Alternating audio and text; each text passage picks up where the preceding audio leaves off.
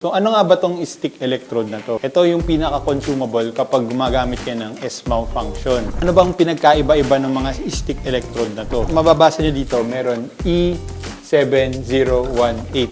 E stands for electrode.